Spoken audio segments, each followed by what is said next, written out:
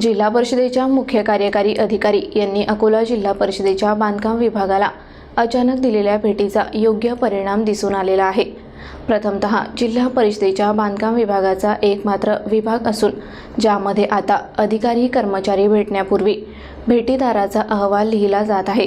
यासाठी बांधकाम विभागाकडून नोंदवहीची उपाययोजना करण्यात आली आहे। अकोला जिल्हा परिषदेच्या मुख्य कार्यकारी अधिकारी बी वैष्णवी यांनी जिल्हा परिषदेच्या मनमानी कारभारावर प्रकाश टाकत जिल्हा परिषदेच्या बांधकाम विभागाला 2 वेळा अचानक भेट देऊन जिल्हा परिषदेचा ढोबळ कारभार चव्हाट्यावर आणला होता। यावेळी अधिकारी, अभियंता तसेच कर्मचारी यांना चांगले शिस्तीचे धडे देण्यात आले होते। तसेच विभागाचा कारभार बघता कुठला कंत्राटदार कुठल्या अधिकाऱ्यांशी कर्मचाऱ्यांशी भेटतो याचा काहीच ताळमेळ दिसून येत नाही।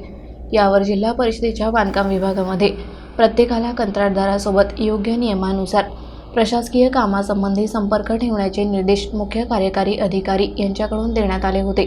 यावर गेल्या 2 दिवसापासून जिल्हा परिषदेच्या बांधकाम विभागामध्ये व्यक्ती ठेवून भेटीदारांच्या आणि कंत्राटदारांच्या भेटीचा अहवाल सुरुवातीतच लिहिला जात आहे। त्यामुळे आता जिल्हा परिषद बांधकाम विभागामध्ये भ्रष्ट कारभार ठेवणाऱ्या अधिकाऱ्यांचे, कर्मचाऱ्यांचे, कंत्राटदारांचे किती नातेसंबंध आहे हे या अहवालातून दिसून येत आहे।